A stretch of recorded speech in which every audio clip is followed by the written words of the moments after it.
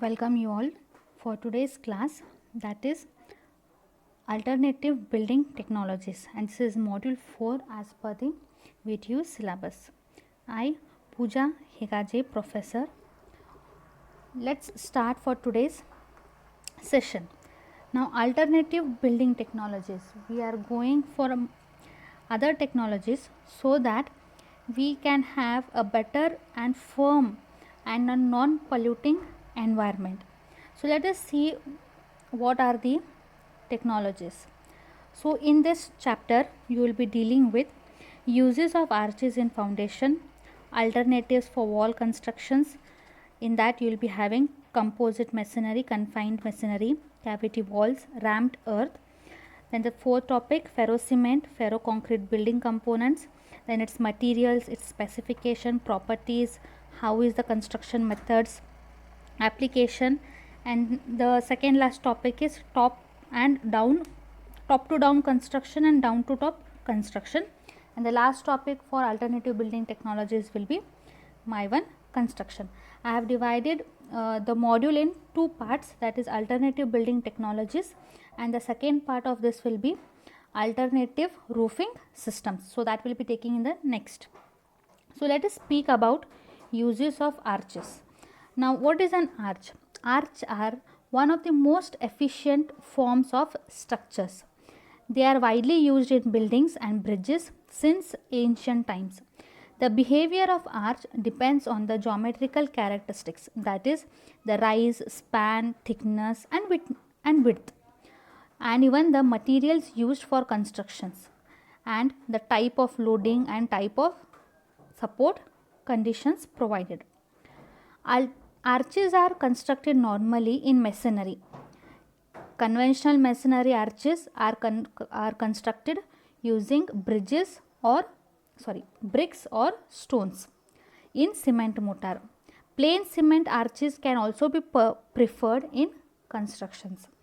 The effective use of arches in constructions for various purposes which lead to the increase in strength of structures and reduction to overall cost of construction. Now here is an image of an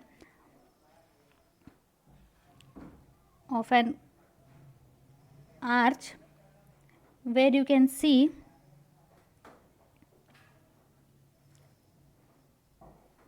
okay. So this is an image where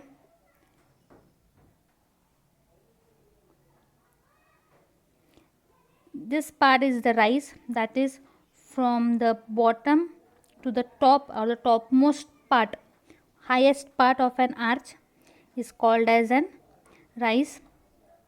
This is called as the crown, this is called as the haunch, this is springer, extra root, voices, impost or post you can call, then this is the crown, okay, and the brick that is placed at the crown is called as the key. This is the springing line, and the inner part of an arc is called as an intrados. The outer part of the arc is called an extrados. This you have learnt in your BMCT. Now let us see how does this use, how can we use an arch in our structures. Now see, here are two images. Here the effect of arch is been shown, how the loads are distributed. The load taken by an arch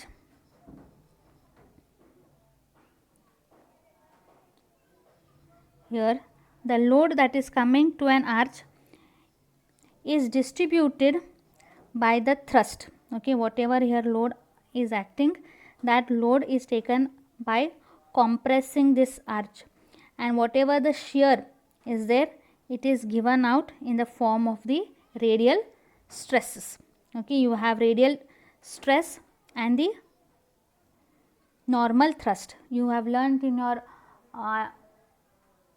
analysis of determinate structures of an arch.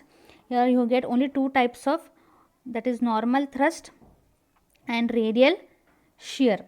So an arch acts on these two analysis basis. Now this is what happening here. It is shown the crushing of the crushing of the arch is been shown. That is, how does the crushing act on it. Okay, now let us see how these uses are there for us in an foundation. So let us see uses of arches in foundation. So first one, that is an inverted arch foundation.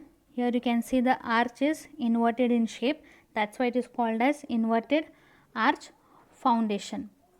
Now foundations structures used here, the economic alternative to conventional spread footing for walls of residential buildings.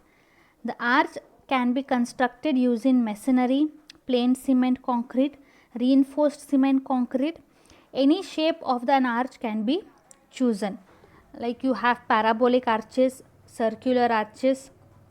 Okay, in parabolic arches what happens, it has the capacity of twice that of an circular arch. Parabolic arches are very stronger than the circular arches. Arches can be analyzed as two hinged arches subjected to uniformly distributed load throughout the span. The uniformly distributed load that gets released on the arch is due to brick masonry wall and the slab supported by the wall. The thickness of an arch depends upon the magnitude of loading. Okay. In simple words, whatever the load is coming from these columns, it is distributed on these arches. Now this load, whatever is there, we take it as an uniformly distributed load, and this is completely taken by this arch. How does it act? Now an arch is here. In this arch, is always trying to, in its equilibrium position, it is always trying to compress, but due to this UDL load, what is happening, it is trying to expand, or it is acting as an tensile. So this tensile and compressive forces equalize each other, and the load is distributed on the sides of the soil. That is, you are having here soil. This is how an arch is used in an foundation. Next, few more examples you can see. Now this is an inverted foundation, same like the previous one. Next, now alternative for walls. Now if I tell you the construction process, how this occurs for this arches is, firstly the span and the position of the arch are fixed suitably based on the position of walls in the buildings. Spans vary from 2 meter to 4.5 meter. Pits of suitable size are excavated for pillars at all junction of arches. A minimum pit of 1 by 1 by 1 should be provided. That is, for this construction of an arch, then size, that is the pit, for what you do for the